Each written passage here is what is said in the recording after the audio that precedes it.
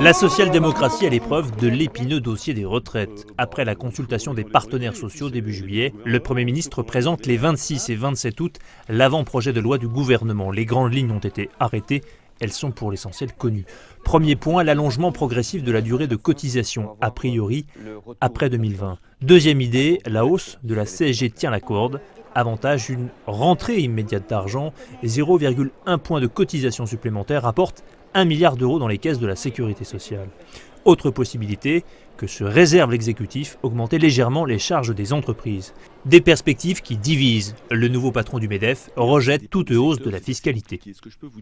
Je crois que ce serait une très mauvaise idée d'utiliser les impôts, la CSG, d'augmenter les cotisations sociales ou patronales, car là encore, on réduirait la compétitivité de nos entreprises. Donc, il y a deux paramètres sur lesquels il faut jouer pour le problème des retraites. C'est ce qu'ont fait tous les pays du monde.